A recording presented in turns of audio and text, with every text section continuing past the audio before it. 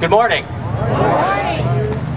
I hope that we're all here for this great country and that we actually realize that this is not about race, religion, sex. It's not about being a Republican, a Democrat, an independent, that this is only about this country and what we should stand for.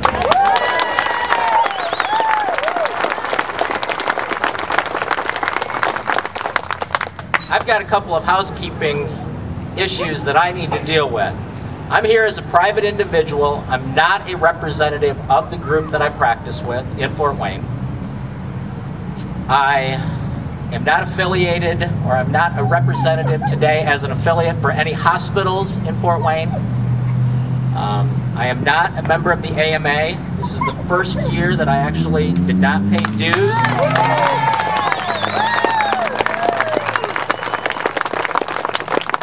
People need to realize that the AMA only represents 20% of all physicians in this country. And maybe that's why they don't necessarily vote the way that you think that they should vote. Secondly, I have absolutely no political ambition. I'm not a public speaker. I can deal with you folks on a one-to-one basis, great, but it scares me to death to be up here this morning. I'm also not a lawyer, and I'm not a speechwriter. Good. That's what we want. Some of the thunder has been stolen by other speakers already this morning, so I'm going to try to kind of blow through some of this stuff so that maybe we can get to some more questions that are pressing to you folks in Michigan and not necessarily the patients that I deal with on a daily basis in Indiana. So, as the healthcare debate continues, the administration has demonized insurance companies, pharmaceutical companies, and physicians. Your physicians, myself, other family members that are physicians in my family, and they've done this already. They've done this to the car companies and they own them. They've done this to the mortgage industry. They've done this to other financial institutions. They do this to get public support for what they're doing.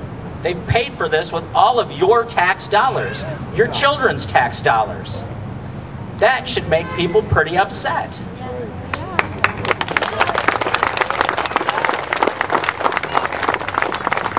Your primary care physicians, your family practice docs, your internists, your gerontologists, your pediatricians, they've gone to school. 4 years of undergrad, 4 years of medical school, 3+ years of residency at a cost now of close to $300,000. And now they want to limit how much physicians can make. They want to limit more reimbursement. They want to strap us with continued liability. For what? What incentive is there going to be for your physicians to continue to take care of you folks? Like all jobs. That's exactly it.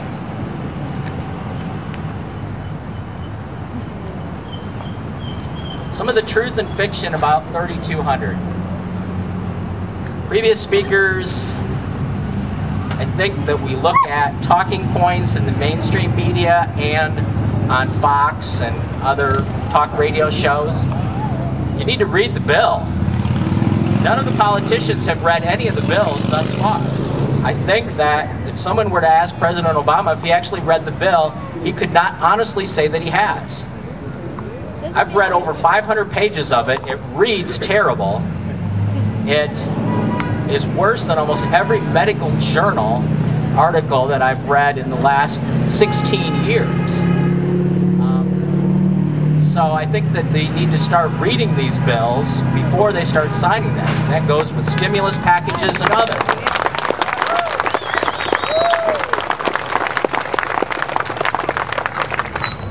I think that the direction that the talk needs to go is probably the most recent administration views of 3200. That is providing stability and security for people that have insurance. this is misrepresented in 3200 in that if you have a health savings account, that could be considered illegal and you could lose your insurance, automatically going to a public option. It reportedly will not affect the physician insurance patient relationship. I don't see how, if you put limitations on insurance companies in terms of caps, pre-existing conditions, not raising premiums, keeping benefits all the same, any variation from that would trigger an automatic change in insurance, how that isn't going to affect the relationship between the patient, the physician, and the insurance company. It can. It has to make some change. Over-regulation of the insurance companies in this regard is going to lead to their failure. When you talk about failure of insurance company, you're talking about hundreds of thousands of jobs, both at the insurance company level, at the local level, being replaced with what? Being replaced with governmental jobs. Secondly, they want to employ you to feel that this bill will provide quality, affordable care to those that don't have insurance. First, the numbers were 50 million all through the election. All of a sudden, Wednesday evening, I think, my days run together, all of a sudden it was 30 million people. Well, that number has to do probably with the non-legal citizens that have been included in those other statistics. The non-legal citizens in this country will continue to receive health care. Those laws are already on the books. I cannot deny care to an illegal alien that walks into the emergency room. We will continue to pay for that. It's just not in this bill. So Mr. Wilson was not actually lying.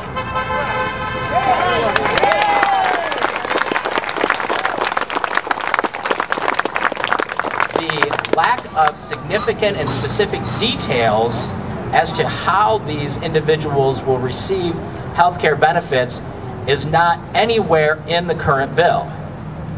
So one has to wonder what magic pen is going to provide these individuals with health care. Mr. Obama himself could not provide any specific details in his address to the American people and to the government.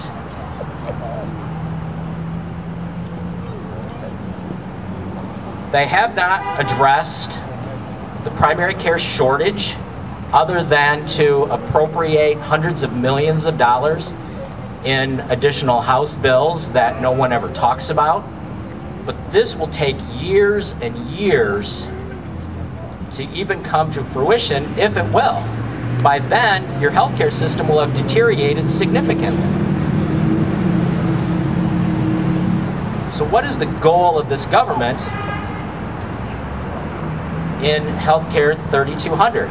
They state that it's to decrease the growth of healthcare costs to the family, to business, and to government. And I believe that that is an exact quote. If the government was really concerned about us, the insurance industry should have also been included in that statement.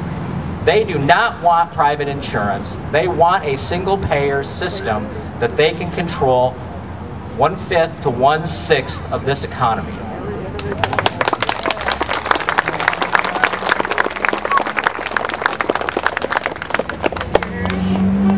I'm going to chat briefly about death panels.